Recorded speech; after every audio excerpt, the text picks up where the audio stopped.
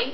So today I'm going to show you how to make your own homemade nursing pads or breast pads for leakage. And Trey's about 10 months old now, so we're not having this problem anymore, but very early on I needed to get some breast pads, and the disposable ones at the store are very small and bulky, and you could see them through your shirt unless you were wearing a sweater or something over it.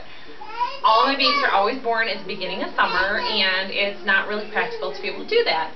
I had a very embarrassing moment where I went to get my hair cut. I was gone a little longer than I thought I would be, and I started leaking. I didn't have a breast pump. I didn't have any diapers with me. I had to ask the hairdresser for a towel, which, you know, she understood. She's a mother too.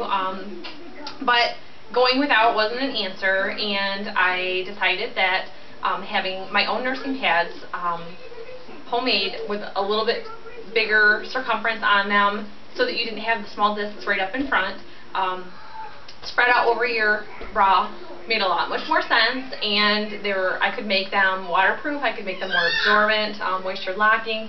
So I'm going to go ahead and show you how to do that today. Okay, so depending on your breast size or your needs, this is a plastic disc that came with some DVDs that I bought for the computer, and it is about 4.5 inches around. I'm going to use this for a template, and you can either draw it right on your material. With some of the material it's kind of hard to draw it on there, so you can take it and mark it. I'm going to go ahead and just use my rotary cutter, and holding it down, I just want to go around it. The layer that I'm cutting right now is PUL, and PUL is used in making diapers. I make our own cloth diaper covers, and this is just some leftover material that I have. It is a waterproof material, or water repellent material, so it's a really good thing to use in creating your own breast pads.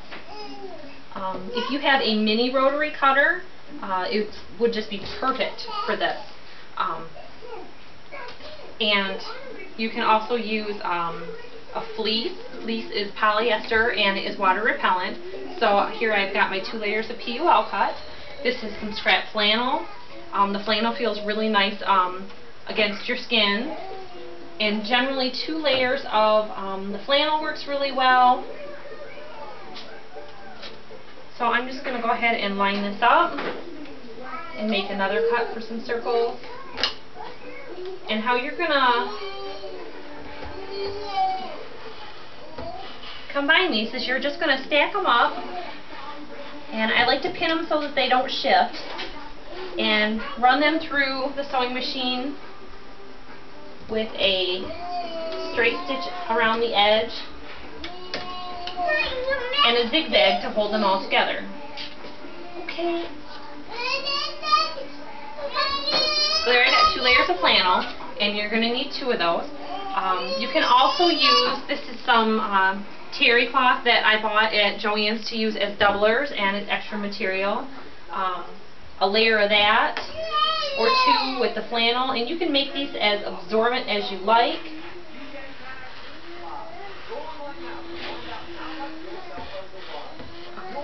If you have an old CD or DVD, that really works well too.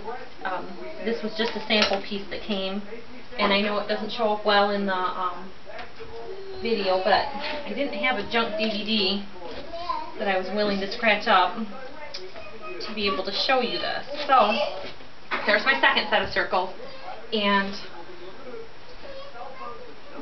to make these a little more absorbent, I'm going to go ahead and do a layer of the terry cloth for each side. So I've got my 2 layers of terry cloth, and again, you're just going to want to cut those out.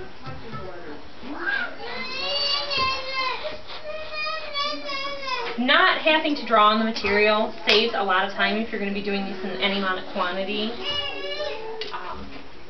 You know, I know for most people generally a pair for overnight is needed, and then a pair for during the day. So what I'm going to do is put my layer of terry on there, and you don't have to back this with anything.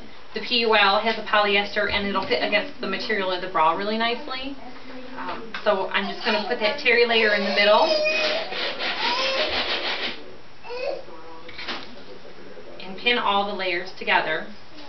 And then I'll run mine through the serger and it'll trim off any excess so it's really perfect all together. You can also use to lock in the moisture if you prefer. That way you don't have to worry about any possibility of any wicking if you had a major letdown and didn't want to get soaked. Good for overnight, you could use the microfleece. This is just some fleece that I got from Joann's. It is the anti-pill fleece. And you could put a layer of this in the middle. I didn't want them to get too bulky because the idea is that you don't want them to show through your shirt. I see on eBay some people use multiple layers of just flannel. This is just the materials that work best for me.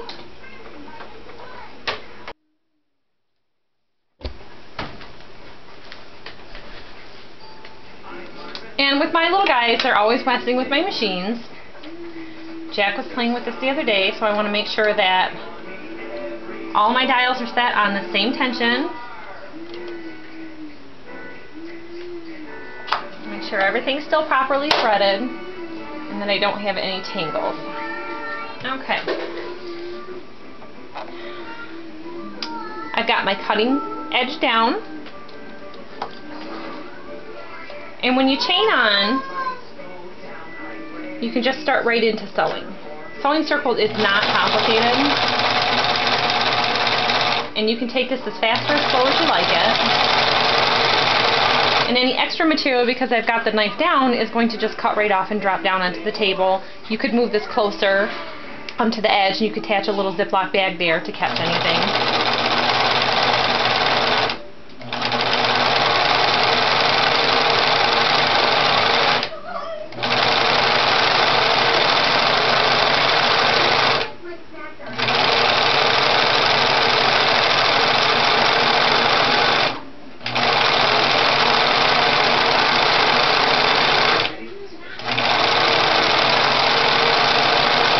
Now when you get to where you began, you're going to want to cut this tail off and you're going to continue on so that your stitch overlaps.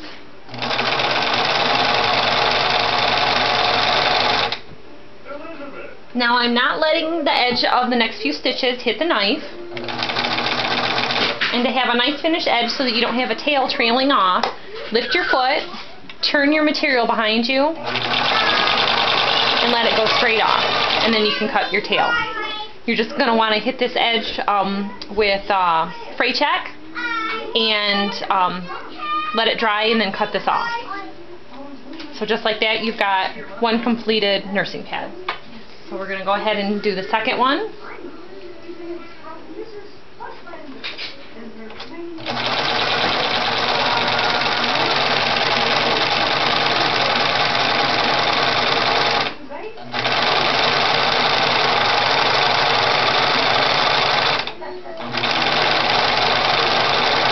Now, if you don't feel up to the challenge to make these yourself, I have begun making them and selling them on eBay.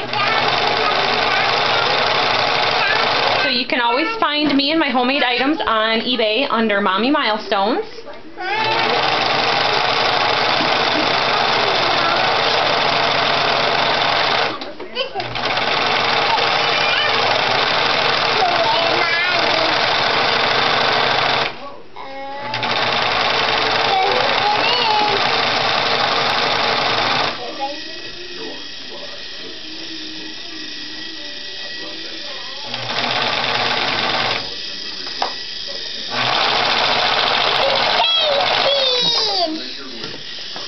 And there you have your second layer. Now because I pinned these all together, there's a puncture hole through the center. You are going to want to wash and dry these on hot the first time to seal that hole where you had them pinned. If you don't want to pin them, you don't have to, but the different layers do shift quite a bit when you're sewing. So with that little bit of scrap material from the diapers, you've got one set of very absorbent nursing breast pads, and you can continue on making more. You can get PUL at Joann's. It's not as good a quality, and it does delaminate after a while, but as long as it's not like a one-layer diaper cover, it should hold up well enough to be able to do breast pads. I hope the video helped you, and we'll see you next time on YouTube.